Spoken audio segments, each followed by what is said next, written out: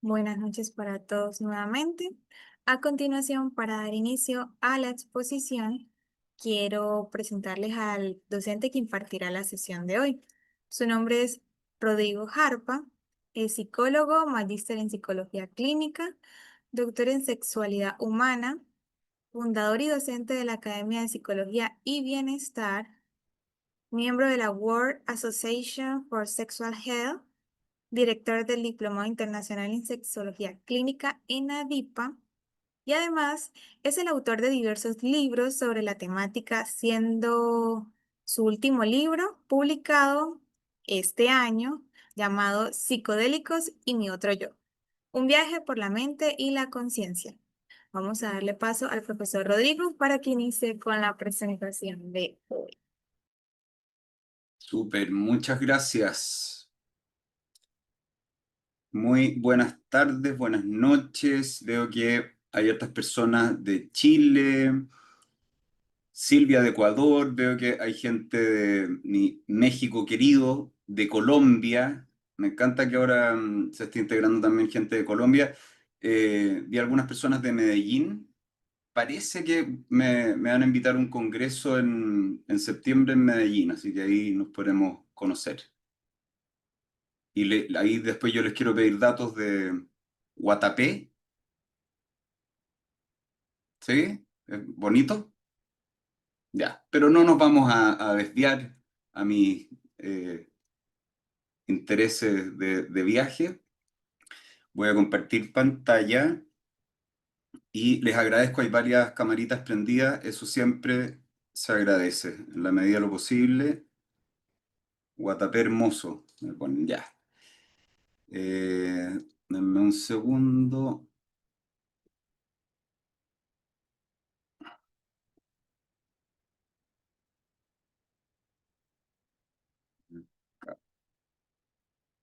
Y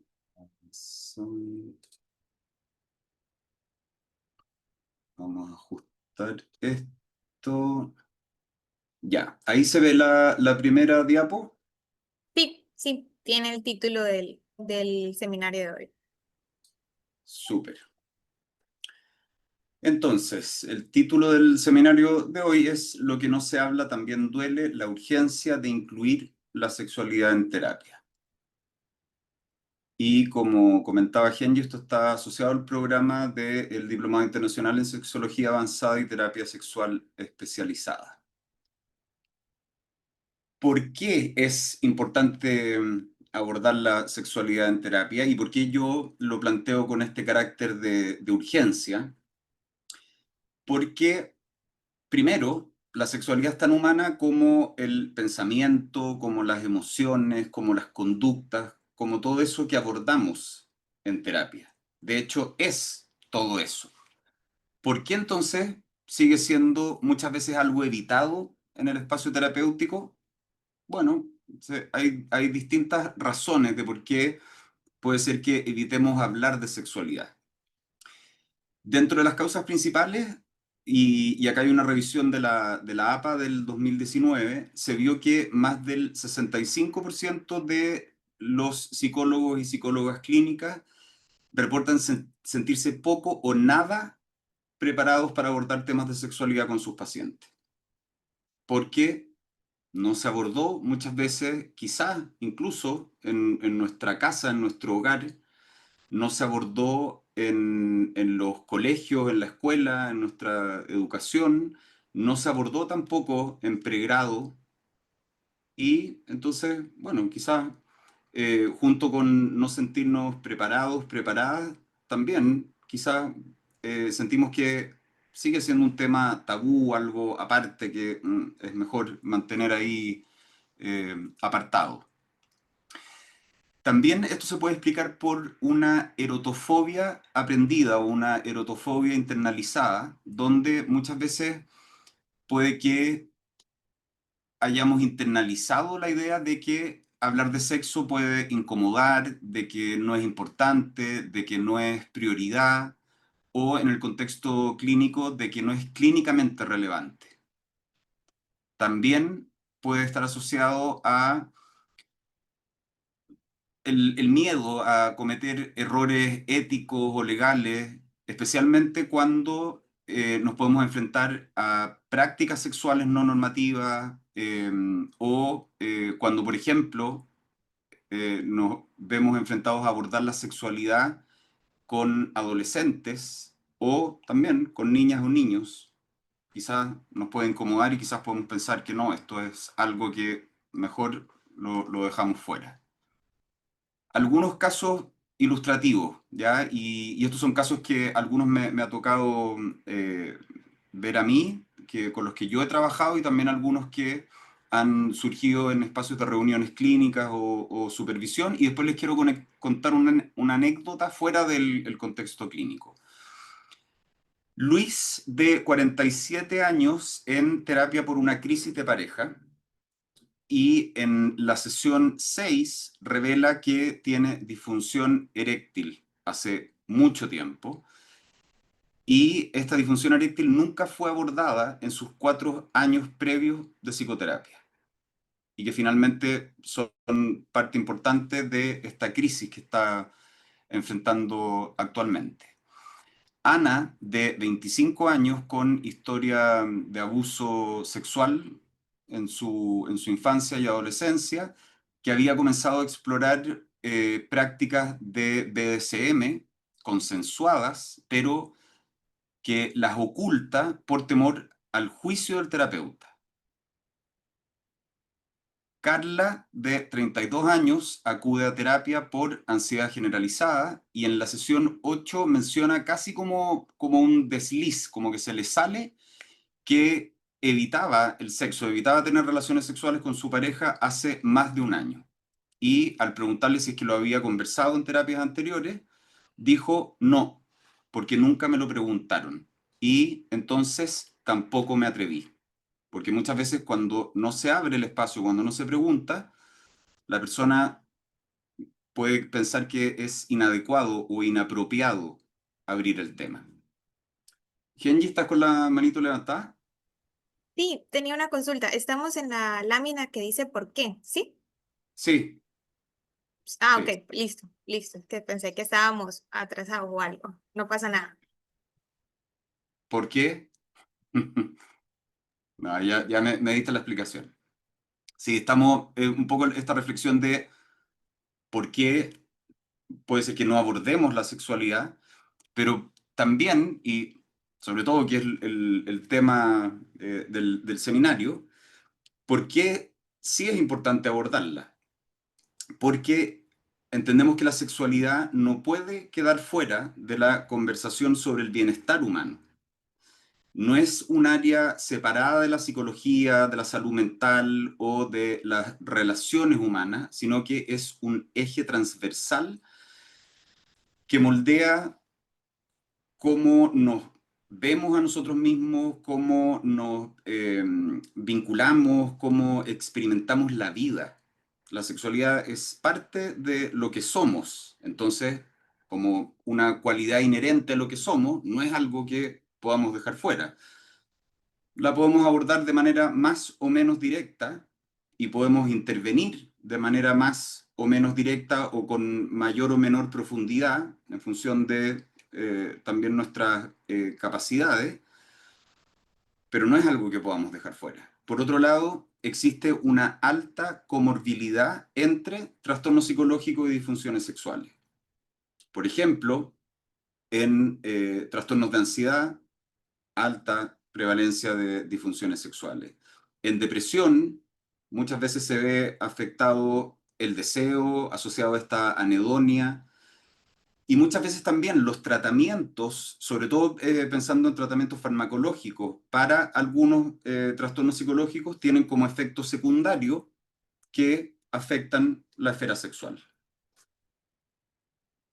En el caso de los antidepresivos, sobre todo pensando en los de uso más común actualmente, como los inhibidores selectivos de recaptación de serotonina, que generalmente afectan el deseo, que muchas veces también dificultan la capacidad de llegar al orgasmo, de hecho retrasan el orgasmo, de hecho hay veces que son parte del abordaje para casos de eyaculación precoz.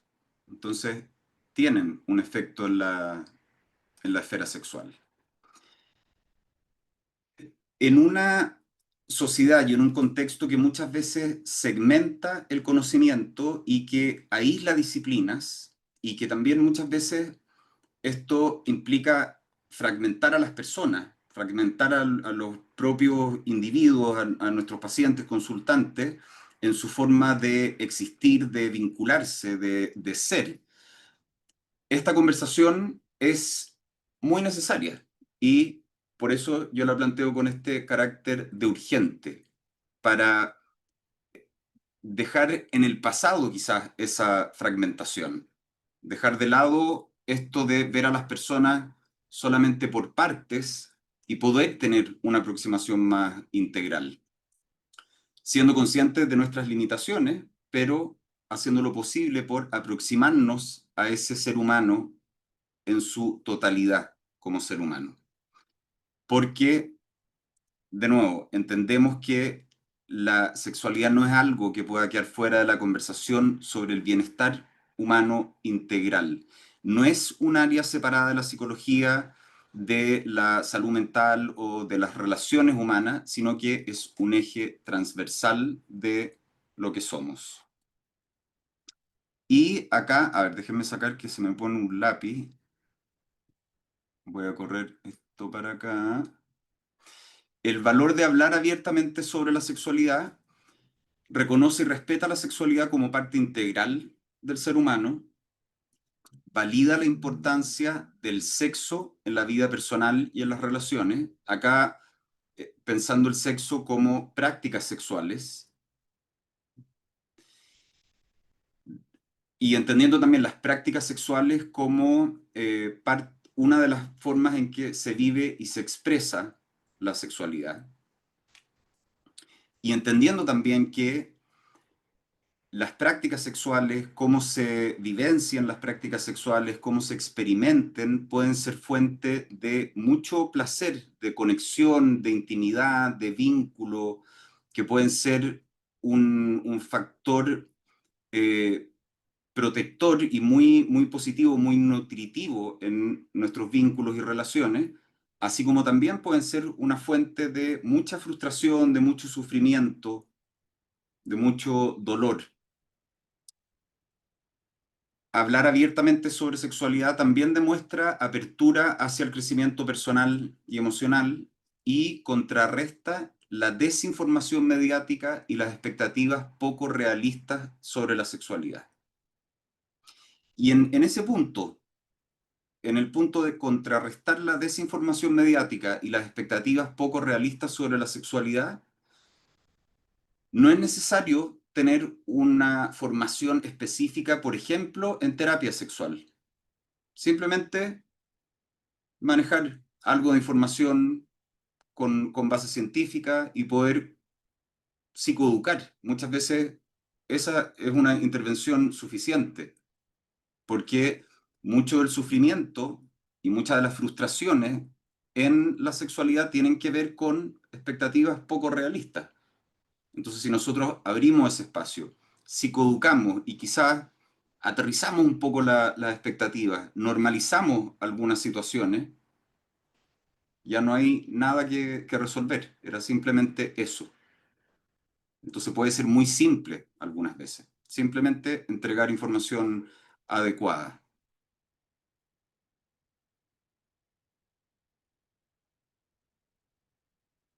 Hay muchos mensajes que dan vuelta desde distintos discursos normativos y dentro de estos incluida la pornografía. Y todos estos mensajes tendrían poca importancia en una cultura o en un contexto en la que pudiéramos hablar más abiertamente de sexo, ¿ya? De manera honesta, de manera eh, realista, de manera en que también pudiéramos compartir nuestras inquietudes, nuestras vulnerabilidades, y si hubiera alguna forma de contrarrestar estos mensajes omnipresentes que están en todas partes, que están en las redes sociales, que están en TikTok, que están en el porno, que están en el boca a boca también, en las conversaciones cotidianas, y podríamos entenderlos y a la vez complacerlos por lo que son. Y muchas veces lo que son es ficción, ficción tentadora en el caso del porno. ¿Ya? Eh, Déjenme, no sé cómo hacer. Ya, gracias porque borraron esa línea y les pido que no dibujen ni Profe, partes del cuerpo ni otro tipo de figura. ¿Ya? profe, sí, ¿Sí? mira, para que no le vuelva a pasar eso, en el menú que le sale de suma compartir, hay tres punticos a la derecha. Ya. Despliegue, ahí dice deshabilitar anotaciones para otros. Ah, ya, ahí está. Y ya, no vuelve a pasar. Ahí, muchas gracias.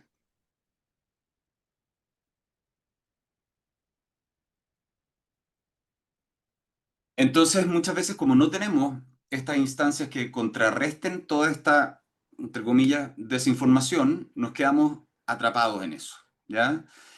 En, en un contexto que muchas veces apunta al silencio o a la ignorancia, las consecuencias de tener un suministro ilimitado de cosas que, no sé, nos pueden estar alejando de una sexualidad placentera y humana y con escaso acceso a educación sexual integral, al menos en Chile, y entiendo que no es algo único de Chile. Después si también pueden compartir cómo es la realidad en Ecuador, en Colombia, en México, en los otros países que están hoy día. Significa entonces todo esto que nosotros como terapeutas muchas veces tenemos que lidiar con personas que, entre comillas, son víctimas de muchos deberías o debería o tendría y que son irreales, ¿ya? Y la sexualidad muchas veces está sobrepoblada de ideas de lo que yo debería hacer o lo que yo tendría que hacer o creencias de qué es lo normal y que muchas veces están basadas en lo que vieron en TikTok o lo que vieron en el porno o lo que les contó un amigo que es lo que él hace y que quizás él disfruta con eso, pero que no necesariamente es lo que a mí me va a hacer sentido o con lo que yo voy a disfrutar o con lo que yo voy a poder desarrollar de manera más plena la dimensión sexual. Entonces también tenemos que lidiar muchas veces con personas y con generaciones que son, entre comillas, víctimas de la educación porno dictadora.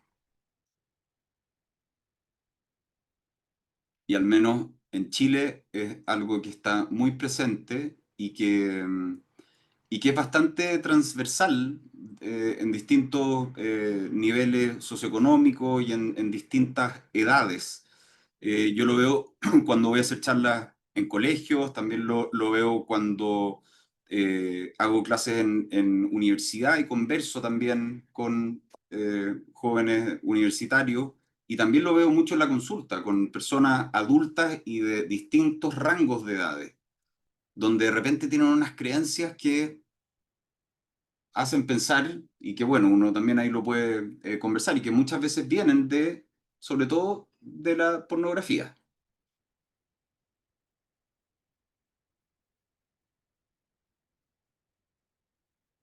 Entonces, a mí me gustaría preguntarle si es que, y voy a abrir el chat para ver sus respuestas.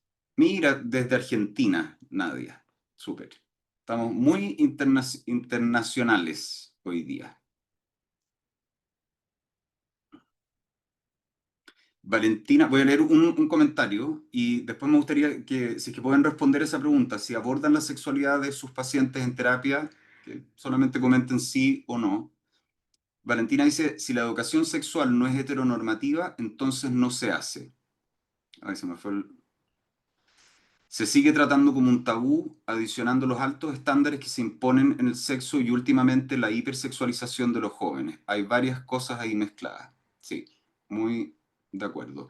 Y, y sumando a lo que dice Valentina, claro que si no es heteronormativa no se hace y que muchas veces la educación sexual se limita a hablar de infecciones de transmisión sexual o de embarazos o de partes del cuerpo o se tiende a ver desde una mirada muy biologicista. Ya, entonces ahí la pregunta, muchas personas responden que sí abordan la sexualidad. Paola dice que no, Diana dice que no, Fabiola que no, todo el resto dice que sí, Fernando dice sí, claro, desde Bogotá, Colombia. Marvelan dice siendo honesta, no siempre. Ya. Está repartido, algunas personas sí, otras personas no. Esta pregunta es un poquito tramposa, ¿ya? ¿Dónde está la trampa? La sexualidad no es un accesorio que podemos dejar fuera al hablar de nosotros mismos. No es un capítulo aislado ni una función más del cuerpo, sino que es una dimensión esencial que atraviesa nuestra existencia, nuestra forma de sentir, de relacionarnos, de amar. Y si nosotros tomamos como definición lo que plantea la Organización Mundial de la Salud, y que la voy a leer acá, la tengo en una nota, yo hay algunos notas, o sea, texto que tengo escrito en la presentación, y yo después les voy a compartir la presentación incluyendo esas notas, ¿ya? También para que no se les vaya a cansar. No, no creo que estén escribiendo a mano. Pero bueno, ahí Daniela está escribiendo a mano. Hay algunas personas que todavía escriben a mano. Rebeca también. Y María Eugenia, para que no se les canse la mano escribiendo o tecleando, van a tener la información. Entonces, la Organización Mundial de la Salud define la sexualidad como un aspecto central del ser humano, presente a lo largo de toda la vida, que se expresa a través de pensamientos, emociones, valores, vínculos y experiencias. Está tejida en nuestra identidad, en nuestros deseos, en nuestras decisiones y en la manera en que habitamos el mundo. Entonces, intentar reducirla o ignorarla es como tratar de separar el cuerpo de la conciencia o la palabra del pensamiento. La sexualidad es parte constitutiva de lo que nos hace humanos.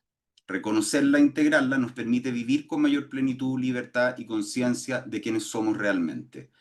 Entonces nosotros, al estar relacionándonos con otro ser humano y al estar quizás preguntándole sobre sus dolores, sobre sus placeres, sobre sus sueños, sobre sus temores, sobre sus valores, está la sexualidad ahí presente también. Claro, quizás no le estamos preguntando sobre sus prácticas sexuales directamente o sobre con qué frecuencia tiene relaciones o si tiene o no orgasmo, pero no está quedando fuera la sexualidad. Por eso yo les decía que esta pregunta es tramposa, porque siempre la abordamos de alguna u otra manera, más o menos explícita, pero siempre va a estar presente. ¿Ya? Ahora, mi invitación, humilde invitación, mi sugerencia, es que podamos abrir ese espacio a abordarla de una manera más explícita.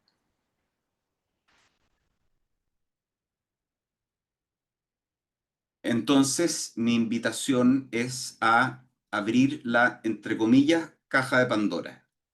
¿Y por qué yo digo caja de Pandora? Permiso.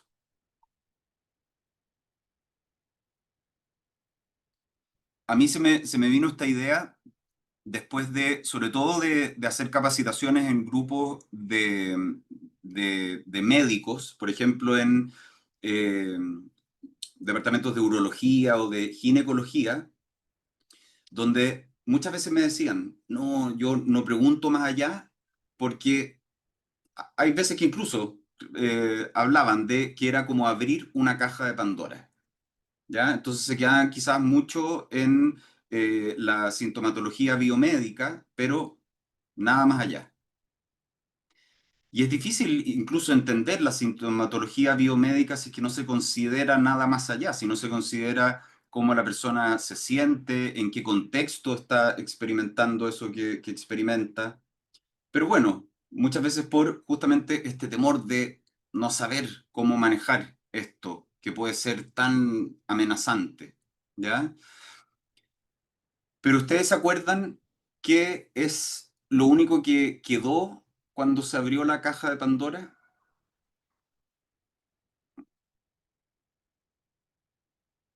Quedó la esperanza. Entonces, mi invitación es a ver que ahí hay esperanza, que ahí hay soluciones, que ahí hay bienestar y intentar dejar de lado esta idea de que es algo tremendamente amenazante o que no vamos a tener ninguna idea de cómo manejar.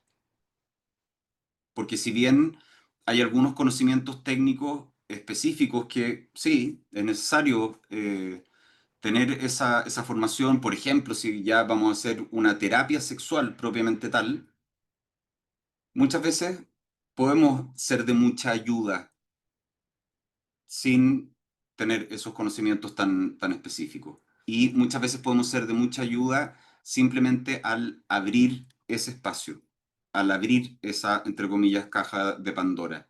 Y que quizás alguien nos pueda contar algún miedo, alguna frustración, algún dolor, un sufrimiento que lleva en silencio muchos años y el hecho simplemente de abrirle ese espacio y darle esa posibilidad ya es terapéutico en sí mismo.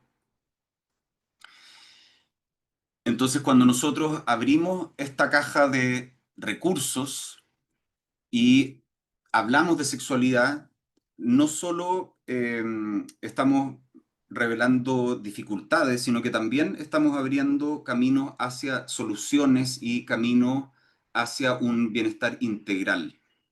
Porque la sexualidad que no se nombra en terapia es esa que muchas veces puede estar gritando en silencio en la vida de nuestros pacientes y puede estar gritando desde mucho dolor, sufrimiento, frustración. Entonces mi invitación es a que nos atrevamos a romper ese silencio. Porque también no podemos olvidar, y acá lo grafico con estos cuatro pilares de la salud para reforzar esta idea de que la sexualidad es parte integral y que no la podemos dejar fuera, no podemos olvidar entonces que dentro de nuestra salud y de nuestro bienestar está la salud física, está la salud mental, está la salud sexual y está la salud espiritual. Ahora, muchas veces pasa que en nuestra cultura, sobre todo en la cultura occidental, la salud suele asociarse exclusivamente con lo físico y con la reducción de síntomas. Pero nosotros podemos reducir síntomas y muchas veces eso no es suficiente. Podemos, por ejemplo, quizás en un caso extremo, adormecer a una persona de todos sus síntomas, pero hay algo importante que se está perdiendo ahí, ¿ya? O también hay veces que podemos caer en soluciones rápidas como tomar una pastilla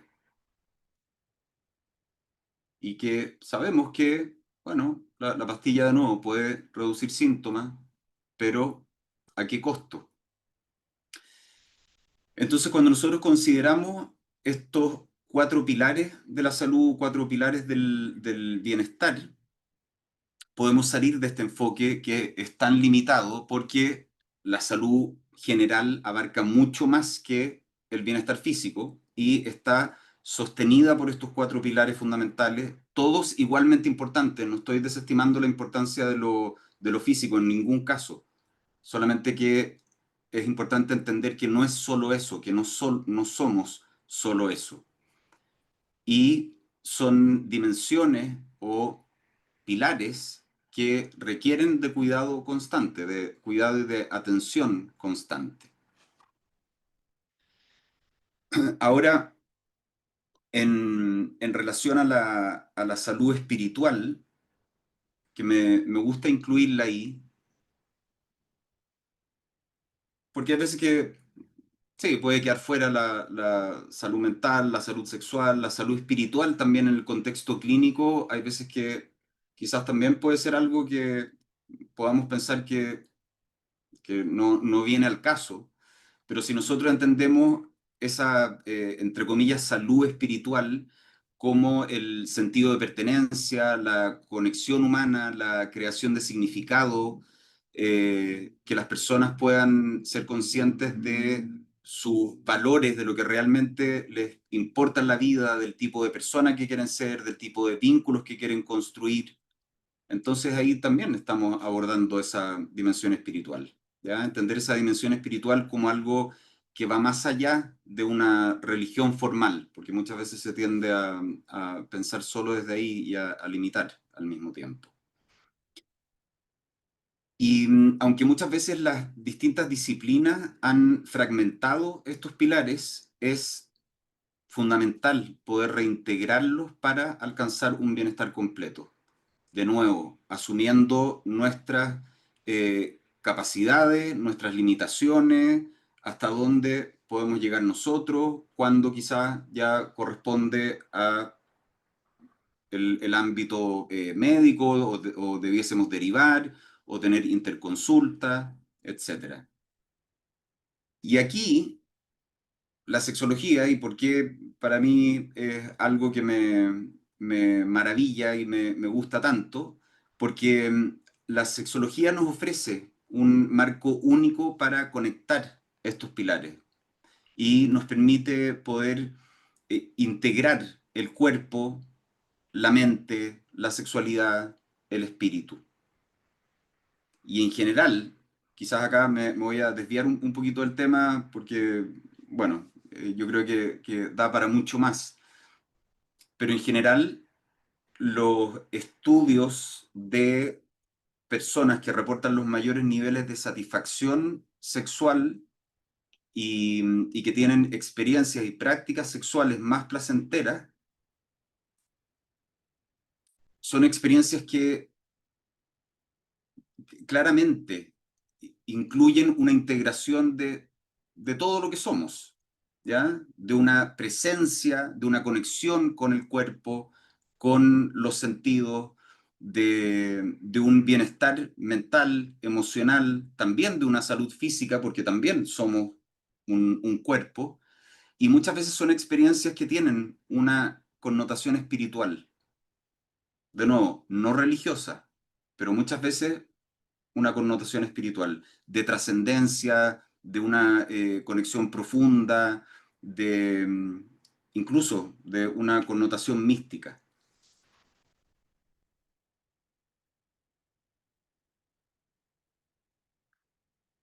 Entonces, ¿cómo podríamos ir pensando en algunas buenas prácticas clínicas? Sobre todo para las personas que respondieron no a esta pregunta un poquito tramposa. Primero, partir de la base que preguntar es abrir puertas al bienestar.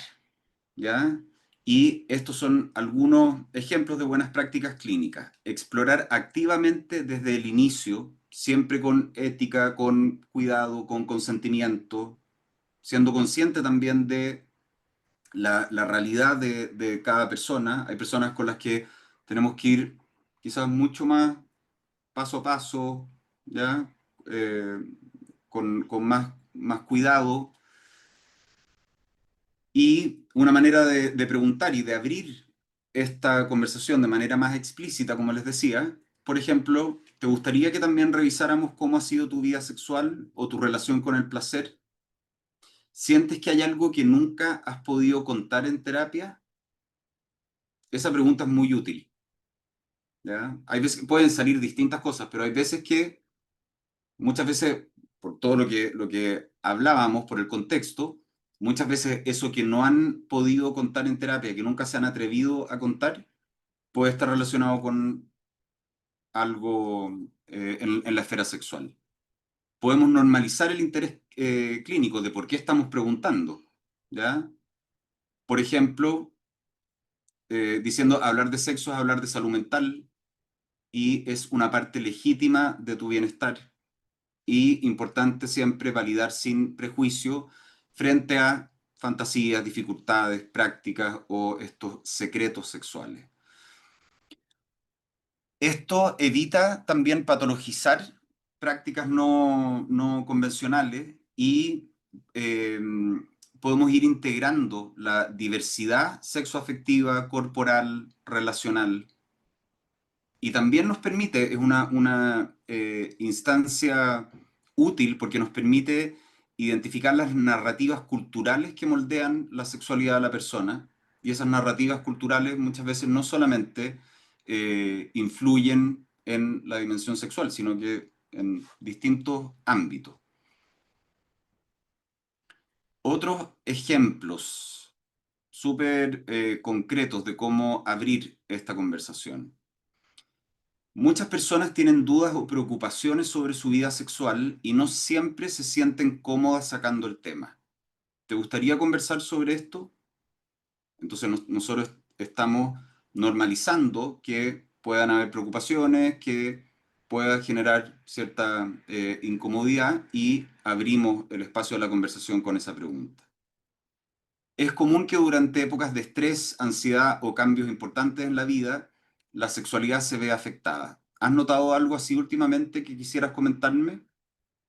Ahí también estamos normalizando situaciones de algo externo y después lo puntualizamos en la persona y abrimos la posibilidad de abordarlo.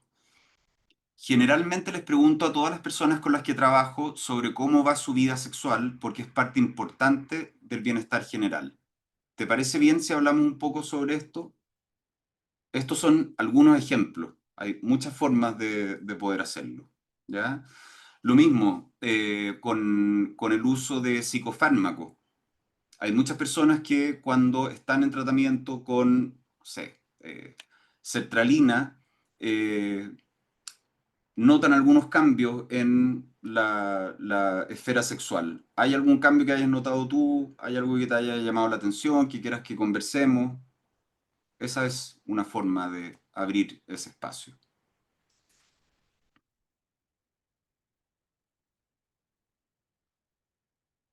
Se me fue contarles una anécdota, porque les conté un poco como algunos casos clínicos y en ese contexto, pero hay una anécdota que a mí me marcó mucho, que fue hace, o sea, esto debe haber sido hace 15 años, yo creo, que me invitaron a hacer una charla de sexualidad y recuerdo que era una charla abierta a la comunidad, era fuera de Santiago, habían hartas personas, la mayoría eran mujeres,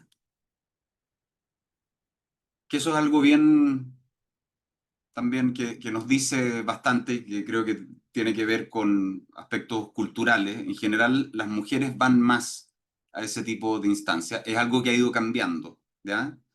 Pero que es entendible si nosotros pensamos en la construcción de el macho no necesita ayuda y sería como exponerse, ir a una charla de sexualidad, como que hay alguien que me tenga que enseñar algo, ¿ya? Lo pone en una posición de vulnerabilidad.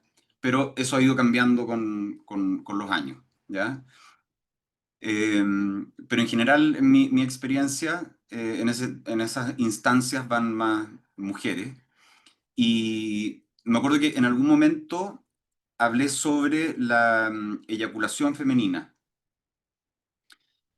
Bueno, y después terminó la charla y se me acercó una chica y, y estaba súper emocionada, como con los ojos brillosos, y me dijo, yo vine a esta charla porque me invitó una amiga. Yo no tenía idea de qué se trataba la charla, no tenía idea de quién eras tú, no sabía de nada. Y tú ahora hablaste de la eyaculación femenina. Yo hace algunos años tuve una pareja, que fue mi primera pareja sexual, y me pasó que después de algunos meses ya de tener vida sexual activa con él, tuve lo que yo creo que fue un orgasmo y me hice pipí. Y me dio tanta vergüenza que después, bueno, yo empecé a evitar las relaciones sexuales con él, terminé esa relación y conocí a otra persona. Entablé una relación, empezamos a tener relaciones y me pasó lo mismo. Yo pensé que quizás era algo con él extraño, pero me pasó lo mismo, que yo me hacía pipí. Cuando tenía un orgasmo, cuando estaba en un momento de mucho placer, me hacía pipí.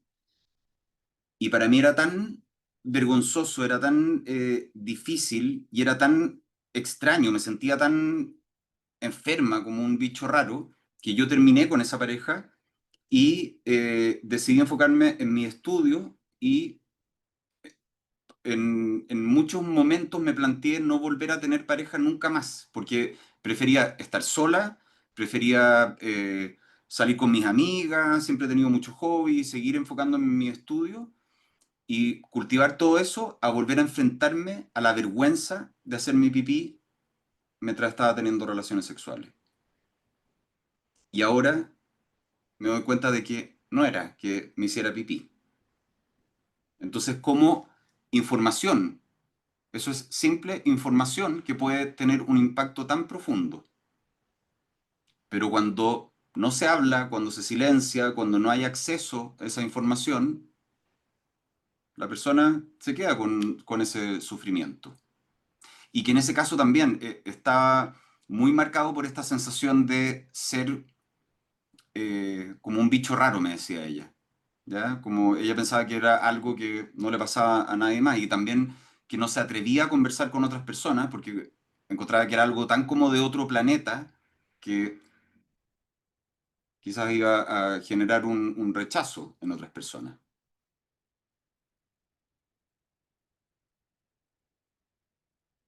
Entonces, estas son algunas recomendaciones y como yo les decía, también abrir ese espacio puede ser terapéutico en sí mismo, podemos entregar información, podemos normalizar algunas situaciones y podemos recomendar, por ejemplo, si es que consideramos que sería adecuado que la persona hiciera una terapia sexual propiamente tal, podemos recomendarle a alguien, podemos explicarle, mira, esto lo más probable es que se trate de sí, una disfunción eréctil o de una eyaculación precoz o de una anorgasmia o un trastorno del deseo, interés sexual, etcétera.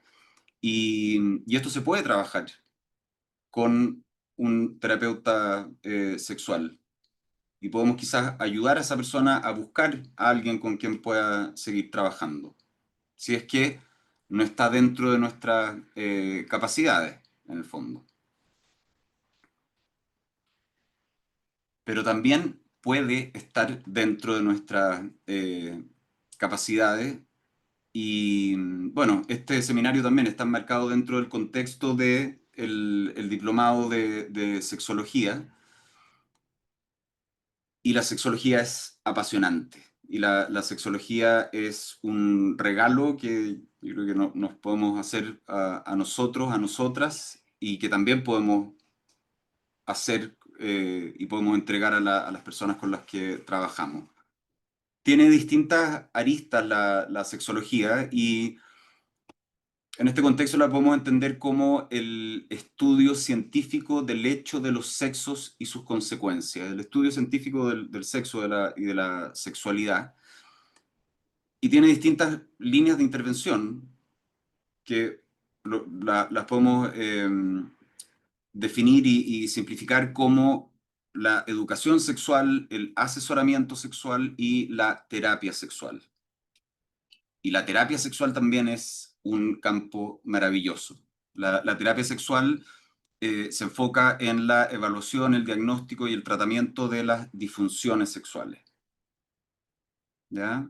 Que ahí quizás, como para que tengan una idea, quienes no conocen del término, las disfunciones sexuales en general se consideran como dificultades o problemas en una o más de las distintas fases de la respuesta sexual. Ahí ya nos tendríamos que meter entonces a conocer qué es la respuesta sexual, pero nos estaríamos yendo a otro tema, abriendo una rama muy amplia que no nos daría ahora poder verlo en detalle, y también porque hay distintos modelos de respuesta sexual, ¿ya? Que se han ido complementando y se han ido de alguna forma perfeccionando o puliendo.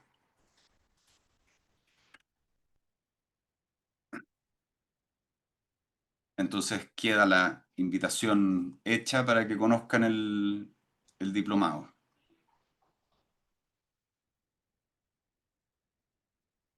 Y por último, la terapia que calla la sexualidad deja heridas abiertas o puede dejar heridas abiertas porque lo que no se habla también duele. Muchas gracias. Vamos a dejar un espacio para preguntas, comentarios. Voy a dejar de compartir. Voy a abrir el chat porque vi que estaban dejando hartos comentarios. Se me fue por acá. Sí, chicos, vamos a empezar con lo que es la ronda de preguntas. La dinámica es de la siguiente manera. La persona que quiera hacer alguna pregunta o intervenir puede levantar la mano y se le dará la palabra.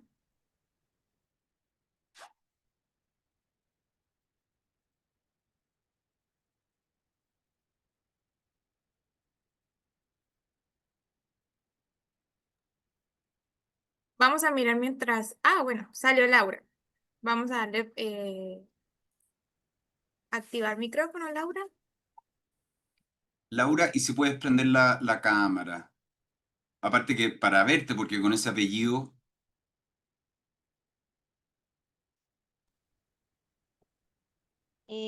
Buenas noches, Rodrigo, y a todos. buenas. No, perdóname, no es que en este momento no tengo cámara, discúlpame, de verdad lo lamento. Ya, no, Te tranqui. Oye, llamo, Laura, y perdón, ¿ese es tu apellido vengo, real? sí, sí, sí, sí, señor. Mira, y Sabía no que hay, ibas a mencionar algo al respecto. ya, no hay Sí, mucho parentesco gusto, con el yo soy de maestro. Colombia, psicóloga, al gran maestro del conductismo y a Ujú, muchos otros pedagogos a nivel mundial que llevan este apellido, sí. súper. Cuéntanos, Bueno, Laura. Rodrigo, disculpa, es que quería como preguntarte, sé que mencionaste como los tres puntos de intervención que podrían hacer parte, o sea, de lo que la sexología podría ser parte. Lo que pasa es que desde hace mucho tiempo, pues yo sí estaba interesada como en el tema de la sexología, sin embargo, me he dado cuenta que el enfoque que ahorita se está abarcando es más sobre temas de terapia en pareja. Sin embargo, tú mencionaste tres de esas intervenciones, solamente que tuve en cuenta fue justamente esa de en temas de terapia de pareja, pero tú me podrías recordar cuáles son los otros dos. Sí, las líneas de intervención de la sexología se puede considerar la educación sexual, el asesoramiento sexual y la terapia sexual, ¿ya? Que se pueden aplicar en distintos contextos. Ahora, la terapia sexual se puede trabajar en el contexto de pareja, pero también se puede trabajar a nivel individual. Ahora, en términos de efectividad y de aplicación práctica, es mucho más efectivo y más manejable cuando es en el contexto de pareja, ¿ya? Dependiendo de la dificultad o de la disfunción, ¿ya? Eh, por ejemplo, en una anorgasmia femenina, generalmente el tratamiento más en una... A ver, es que ahí quizás tengo que hacer una aclaración. a mí no me gustan mucho estos conceptos del DCM, ¿ya? Y todo ese lenguaje, pero no voy a entrar en la crítica al DCM ahora porque ahí sí que me podría pasar 15 horas hablando. Pero según el lenguaje DCM y según los criterios diagnósticos, bueno, hay que cumplir con ciertos criterios como para llegar al diagnóstico de una disfunción sexual y se clasifican como generalizadas o situacionales. Generalizadas cuando ocurre en distintos contextos, prácticas, etcétera, y situacional es cuando, por ejemplo, eh, una persona que tiene dificultad para lograr o mantener una erección con la amante, pero no con su pareja estable. Eso sería situacional. Generalizado sería que la dificultad está presente con la amante, con la pareja estable, en distintos contextos. Y también se clasifican como primaria o secundaria, ¿ya? O desde el inicio o desde un momento a esta parte. ¿Ya? Alguien que siempre ha tenido la dificultad o que desde un momento a esta parte empieza a presentar la dificultad. ¿Ya?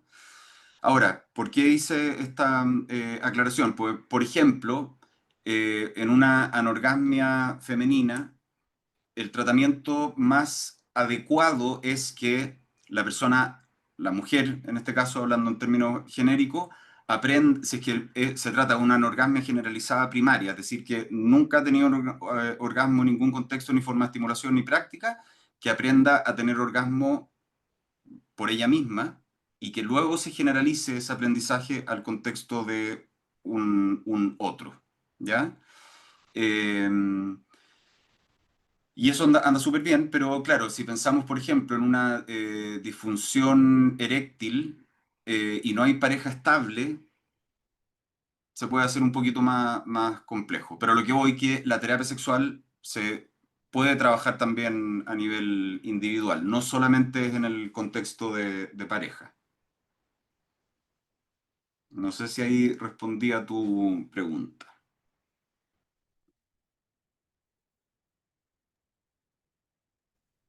Eh, sí, Rodrigo, sí. De hecho, antes me ampliaste como más el panorama que tenía entendido con respecto a eso. Y es porque sí, era como difícil saber para mí cuáles eran esas líneas de intervención, porque, claro, era importante tener esa diferenciación de lo que es el asesoramiento de la educación sexual y en cuanto a temas de terapia, también como en un sentido individual. Entonces, ya, me quedó súper claro. Muchas gracias. Súper, gracias a ti. Muy bien, vamos con la siguiente persona, Daniela Carrasco. Puedes abrir tu micrófono. Muchas gracias. Hola, linda noche a todos. Gracias, Rodrigo, por este conocimiento. Yo tengo dos preguntas. Bueno, yo soy kinesióloga y terapeuta sexual femenina. Trabajo con mujeres, ¿sí? Y mi pregunta es, ¿qué pasa con las mujeres que no tienen una disfunción sexual, como hablando desde la salud sexual? Perdón, son mis gatos. Eh, ¿Qué pasa con las mujeres que no tienen una disfunción sexual como, que es el 43% de la población, como, sino que en marco de la salud sexual están sanas? O sea, solamente a nivel biológico, digamos, como están sanas, ¿sí? Pero no conocen su cuerpo, no se exploran, no saben qué tienen aquí abajo y en general. Entonces, lo que yo hago es un poco eso, que he venido haciendo este último tiempo y me he llevado varias sorpresas, como importantes. Entonces siento que el abordaje integral, que como tú lo exponías, siento que es súper importante. Y desde ahí también me gustaría tu mirada acerca de esta intervención más grupal. ¿Qué opinas tú, por ejemplo, de un trabajo que, si bien el uno a uno, por supuesto, que es muy importante porque cada persona tiene su historia y eso, pero ¿qué pasa cuando un grupo de mujeres se reúnen a conversar sobre cosas que de repente nos pasan a todas, ¿no? Como que también tenemos una historia colectiva. Entonces, un poco tu experiencia, a lo mejor no tanto el lado femenino, pero como a modo global. No sé si se entendió ahí lo que Súper. quise. Gracias, Daniela. Y me encanta que estés acá hoy día Gracias. y claro, retomando la importancia de la aproximación integral, por ejemplo, en un caso de vaginismo o dispareunia, yo no lo puedo trabajar en la consulta, ¿ya? Entonces, súper importante poder trabajar con personas y también es importante trabajar con un equipo multidisciplinario, si es que ya vamos a abordar la sexualidad más de lleno, idealmente que yo conozca a las personas, cómo trabajan, cuál es su visión de la sexualidad, cuáles son sus formas de intervenir y que vayan alineadas, ¿ya? En general con las kines yo no he tenido mayor problema o conflicto.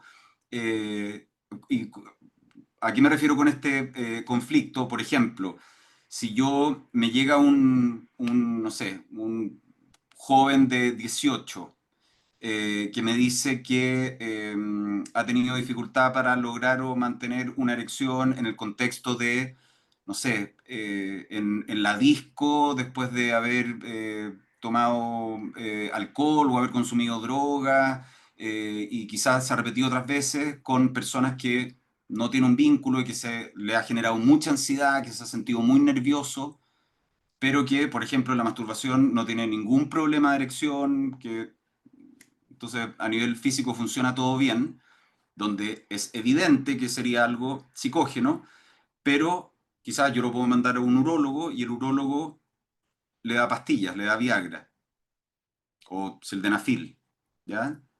Desde mi forma de abordar la terapia, eso va en una dirección contraria, ¿ya? Entonces, por eso también es importante trabajar con equipos multidisciplinarios y conocer y que más o menos tengamos una mirada común. Eh, Ahí lo que yo les comentaba de mi experiencia, más que en terapias grupales, en estas charlas. Ahora hace tiempo que no me invitan, no he tenido esa instancia hace tiempo. Bueno, yo creo también después de la pandemia que quedó todo un poco online y ese tipo de instancias son para mí presenciales, que en general, al final, o sea, al final yo de Frentón la hacía solamente para mujeres, ¿ya? Porque sabía que los hombres no iban a ir y también es muy rica la dinámica que se genera. Cuando tú me decías, bueno, está lo individual, que sí, obviamente que es una instancia provechosa, pero para mí lo grupal es maravilloso, ¿ya? Porque justamente lo que decías tú, de repente me empiezo a dar cuenta de que estas cosas que yo pensé que eran tan únicas o problemas tan extraños son compartidos. Y también cuando hay más miradas, más voces, más sabiduría, hay más recursos. Yo puedo ir aprendiendo también, puedo ir identificando soluciones, puedo ir recibiendo esas fortalezas y recursos de los demás. Y también por lo terapéutico en sí mismo que tiene el grupo y conectar y no sé, estar todos sentados alrededor del fuego al final del día. Así que si tú tienes la posibilidad de hacerlo, Daniela, maravilloso. Y me voy a tomar un poquito de lo que dijiste al principio. De repente, claro, mujeres que quizás no tienen una disfunción, un diagnóstico propiamente tal, pero que, claro, tienen muy poco conocimiento de su cuerpo, que no han explorado el placer, que es como que tuvieran mucho camino de placer y de conocimiento por recorrer. Al menos mi forma de abordarlo es abrir ese espacio, pero tampoco problematizar algo cuando no es un problema para la persona, ¿ya? Sutilmente puedo mostrar que hay posibilidades, pero bueno, si la persona está bien con eso, está bien con eso, ¿ya? Desde una mirada no normativa en el fondo. Gracias, Daniela. Bueno, vamos a ir con Christopher. Diría que ya es como la última pregunta por los tiempos, chicos. Entonces vamos con Christopher. Puedes abrir tu micrófono. Hola, buenas. Soy un psicólogo en formación. Me encuentro ahora en cuarto año. Uy, Chris, apagaste el micrófono. Dale a activar micrófono otra vez. Ahí está. Me gustaría como mencionarle a los colegas que de por sí la educación sexual también debería ser aplicada en parejas homoparentales, no netamente a parejas heteronormadas, ya que igual suena muy feo el dejar excluida a esa parte de la gente.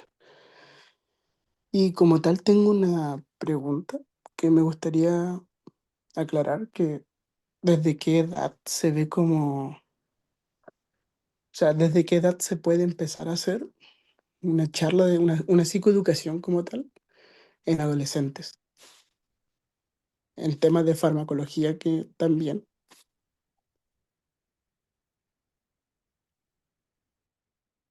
Chris, no sé si entendí muy bien. En temas de farmacología, ¿desde qué edad se pueden empezar a hacer charlas con adolescentes?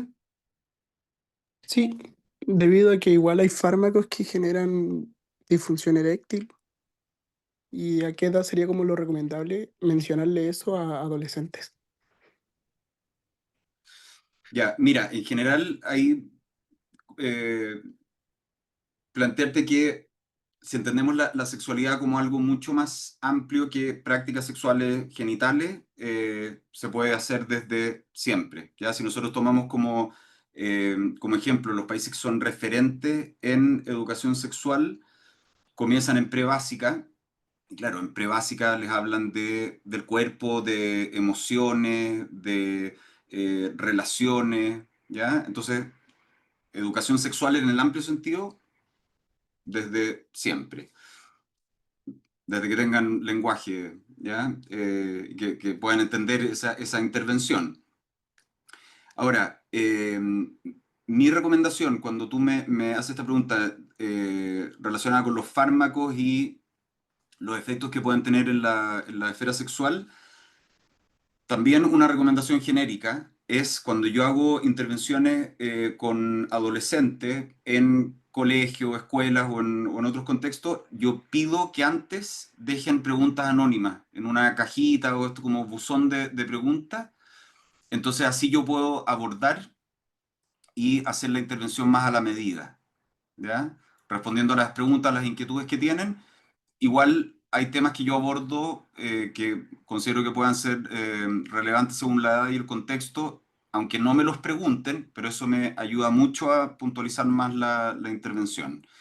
Eh, Ahora, yo creo que es un tema importante de abordar con los adolescentes porque hay un, y yo sé que esto no es solamente en Chile, está bastante generalizado un uso muy alto de sildenafil, Viagra, Tadalafil, Cialis, etcétera, por jóvenes que no tienen un diagnóstico de disfunción eréctil eh, orgánica, ¿ya? Y que muchas veces es para contrarrestar o los efectos del carrete, como decimos acá, del alcohol u otras sustancias, que eso puede tener consecuencias complejas, o también para contrarrestar la ansiedad por rendimiento, y es como, bueno, me tomo esta pastilla y con esto me voy a la segura, ¿ya?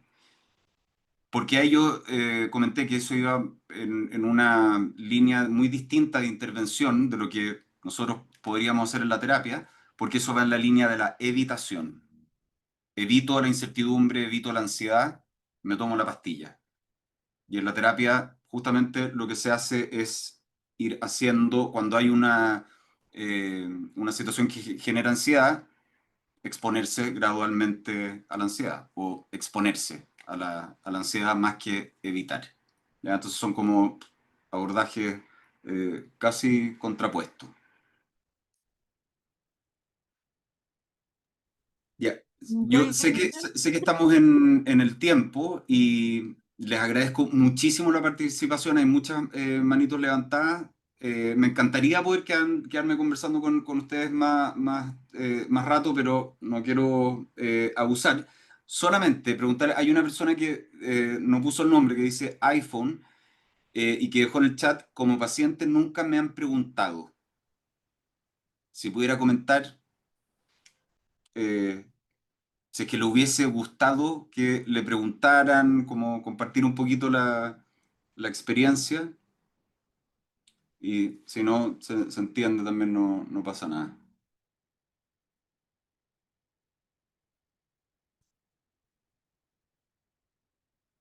Mira qué bien, Carolina es enfermera y da charlas sobre educación sexual para adolescentes. Buenísimo.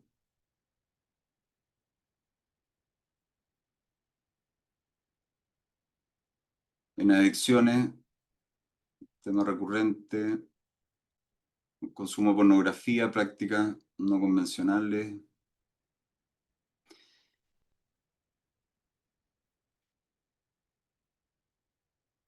Ya. No sé si alcanzamos una pregunta más. Sí, claro, vamos con Natalia, ¿le parece? Natalia, Natalia, pero pues. tienes que prender la cámara. Hola, ¿me escuchan? Eso, gracias, Natalia. Bueno, me generó una duda, aunque tú lo mencionaste así como muy por encimita, que mencionabas que, por ejemplo, temas como la dispareunia y el vaginismo no se tocan desde la terapia sexual. No sé si de pronto fue que no entendí bien o si de pronto me podrías ampliar un poquito el tema que no, pues no entiendo la razón. Sí, no es que no se toquen, son parte de lo que se trabaja en terapia sexual. Yo, como psicólogo, estoy muy limitado, ¿ya? Y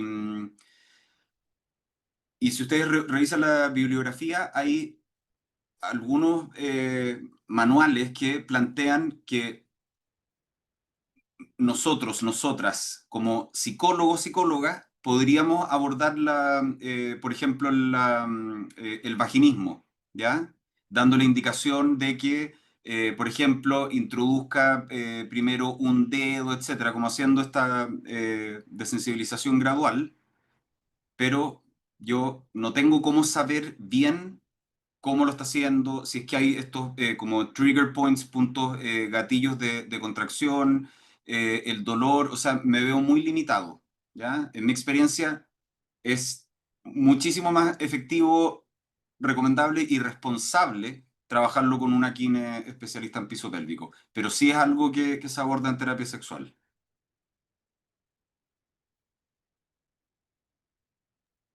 Gracias. Gracias, Natalia. Ya, ahí sí, les agradezco muchísimo el interés. No les voy a quitar más tiempo y se van al sorteo ahora, parece, ¿no? Sí, sí, por supuesto. Primero que todo, agradecerle por sus conocimientos, profe, y gracias por la clase de hoy. No sé si quiera decir unas últimas palabras para dejar invitados a los chicos para que se inscriban en este programa. Sí, yo no soy muy bueno como vendedor, ¿ya? Me incomoda esto como de yo ahora decirle, vean el diplomado, inscríbanse, ¿ya? Pero se los voy a decir igual, porque al menos que lo revisen, ¿ya? Porque está hecho con mucho cariño, es de mucha calidad y de nuevo, lo que yo les decía, creo que es un tremendo regalo que se pueden hacer a ustedes y también para las personas con las que trabajan. Así que lo revisen después en la página de ADIPA eh, y ojalá que nos podamos encontrar ahí. Y cuando me inviten a México o a Colombia a hacer actividades presenciales, o a Ecuador o Argentina también, o en Chile también. Bueno, muy bien. Entonces, pues damos aquí culminado lo que es el seminario. Creo que entonces nos despedimos, profe, para seguir nosotros con la dinámica del sorteo. Súper, muchas gracias, que estén muy bien. Un abrazo. Chao, Bueno, hasta chao. luego. Chao. Bueno, chicos, entonces para seguir con lo que es la dinámica del sorteo, vamos a pausar la grabación